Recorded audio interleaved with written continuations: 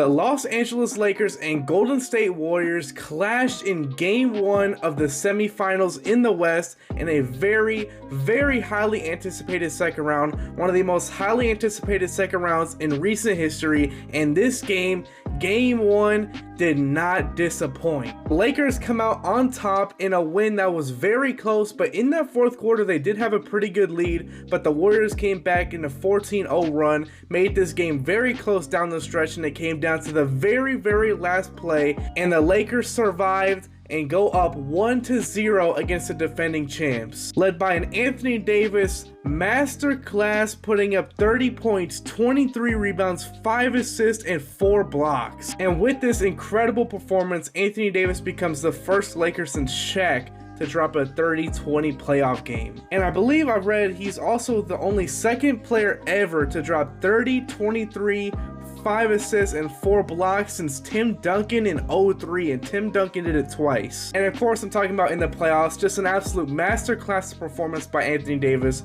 Was easily the best player on the court this game at every moment. And in this game, the Golden State Warriors attempted 53 threes attempted this whole entire game, 53 threes, and only shot 6 free throws. That is a huge testament into how amazing this interior defense was, primarily by Anthony Davis, locking down the paint for all of the game, really just forcing the Warriors to have to shoot threes and also not getting a lot of fouls because they were obviously not in the paint. And in this game, they only shot 6 free throws as a team. The Lakers shot like 20 plus, and it's not because of some weird conspiracy the Lakers are like the NBA is trying to force the Lakers to win the game. They really just played more aggressive. The Lakers just dominated the paint offensively, with Kevin Looney not really doing much against Anthony Davis, neither with Draymond Green. And granted, the Warriors played great on Sabonis last series, but this is a different monster. This is Anthony Davis, who, when healthy, when aggressive, when motivated to go out and dominate, he is a top 5 talent in the league. And of course, going against LeBron James, who is arguably the greatest driver in the entire league's history. And LeBron in this game had 21 points, 11 rebounds, 5 assists, 3 blocks. Wasn't too great shooting the ball and everything. Again, settled for a lot of threes and was not knocking them down. LeBron has struggled from the three-point line, to say the very least, in these playoffs. Has not been one of his strong suits, but he still put up 21, rebounded the ball great, played some really good defense. D'Angelo Russell had stretches in that third quarter where he was going crazy. He put up 19 and 6 this game. Schroeder put up 17 and 3. Austin Reeves had a pretty good game. Vanderbilt defensively was incredible. I really liked how the Lakers played off the ball against Steph Curry and Klay Thompson a little bit. You know, Troy Brown Jr., I didn't really love how he was playing off the ball on these guys, but everyone else, I really liked it, and I was very impressed by the defense, by the guys off the ball, you know, having to chase Steph Curry around for 48 minutes. And in this game, Steph Curry, when guarded by Vando, was 2 of 10 from the field, 1 of 5 from the three-point line, had 2 turnovers, and 92% of his shots were contested shots. That is insane. Vanderbilt had a great game. Maybe not shot the ball well, of course, but oh my gosh, defensively was great. Dennis Schroeder had very impressive moments on Steph Curry. The Lakers had a very good defensive night, especially in the paint, and also played good defense on the players they needed to. Klay Thompson had a pretty good game, but Steph Curry is a main guy you need to lock down, and they didn't lock him down, but they definitely did not have him have a masterclass game like the last one. For the Golden State Warriors, one thing I do gotta say about this game that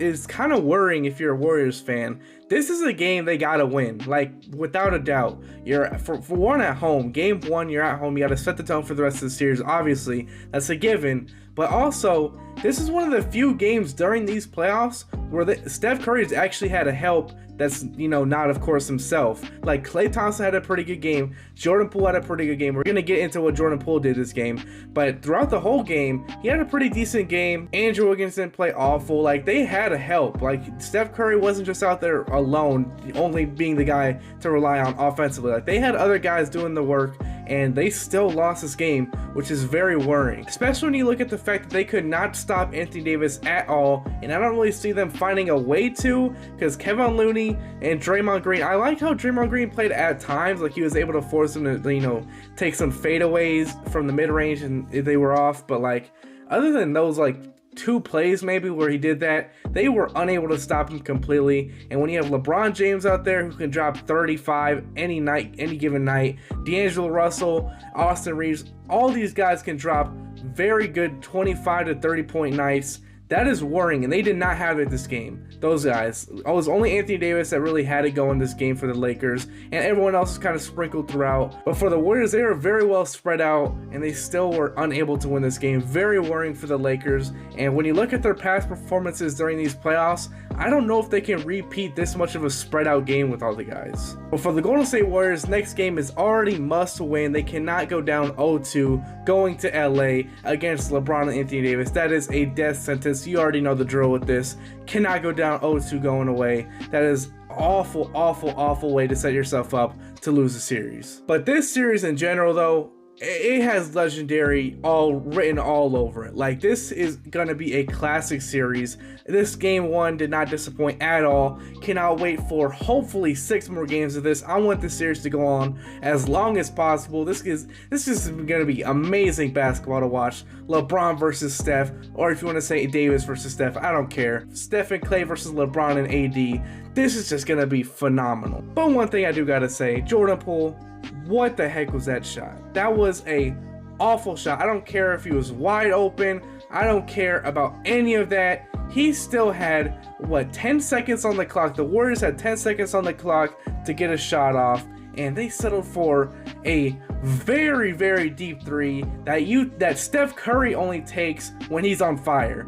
Jordan Poole was not on fire at that moment. He was on fire earlier on in the game, and he also had a heat check that was very deep. That's more, that's I can deal with that. That's not when the game is on the line, and he was feeling it. Still probably a bad shot that he still missed it. It's still probably a bad shot. But this is in the closing seconds of the game on the line. Game 1 set the tone for the rest of the series, and you take a ridiculously deep 3, bricked it to the left. It was a bad shot. I don't care what anyone's got to say. It was a bad shot. But I do got to give credit to the Lakers, though. They got that ball out of Steph's hands by any means possible. They double teamed him, trapped him in the corner. They were not letting Steph Curry take that final shot. Kudos to the Lakers and Darvin Ham. Their defensive scheme was very, very good this game, and it really came through in the closing seconds. But the other game today was an incredible game for the New York Knicks, who were able to tie the series 1-1. Jimmy Butler missing this game, they had to win, especially with Julius Randle coming back. They had to win this game. Again, cannot go 0-2 going onto the road. They had to win this game, and they did so with Jalen Brunson taking over in that second half, dropping 30 points on 52% from the field, 60% from the three-point line, 100% from the free throw line. Amazing game for Jalen Brunson. Julius Randle even dropped 25 points, 12 rebounds, 8 assists on 100% from the free throw line. Just very good game for Julius Randle to come back on. Was very aggressive. RJ Barrett even had himself a pretty decent game. Probably one of the first games this whole playoff run that he's actually had a pretty good game. Dropping 24, 3 rebounds, 3 assists on 5 made threes. Josh Hart had a pretty good game, 14 points, 11 rebounds, 9 assists. Everyone was just very, very solid for the New York Knicks this game. Even Isaiah Hartenstein was pretty good. But for the New York Knicks, they had no Jimmy Butler. You had a fully healthy team. Yeah, Julius Randle might have had a little dealing with stuff with his injury still. Probably a little hobbled.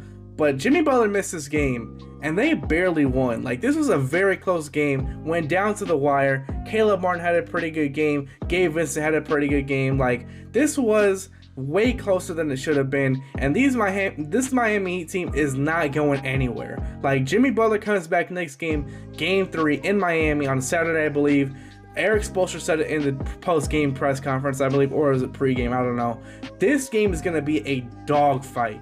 Jimmy Butler is coming back. He has his team playing pretty well in his absence, so he's going to hope that they actually replicate that when he comes back. And if they do, the New York Knicks are in some trouble. But earlier on today, the MVP for the 2023 NBA season was announced, and Joel Embiid rightfully won, in my opinion. I don't know if y'all thought it was Nikola Jokic or Giannis Antetokounmpo. Whatever you think, it's pretty cool. It was a pretty close race, but Joel Embiid was my pick, and he won it. I believe it was very well deserved. All three of these guys played an amazing season. Like, it was incredible and incredibly close. Joel Embiid, amazing season. First MVP for the Philadelphia 76ers since Allen Iverson. But this season for Joel Embiid, in case you need a reminder on how dominant he was, 33 points per game, 10 rebounds per game, 4 assists per game, 1.7 blocks per game, and shot 44.8% from the field, 33% from the three-point line, and 85.7% from the free throw line, and led his team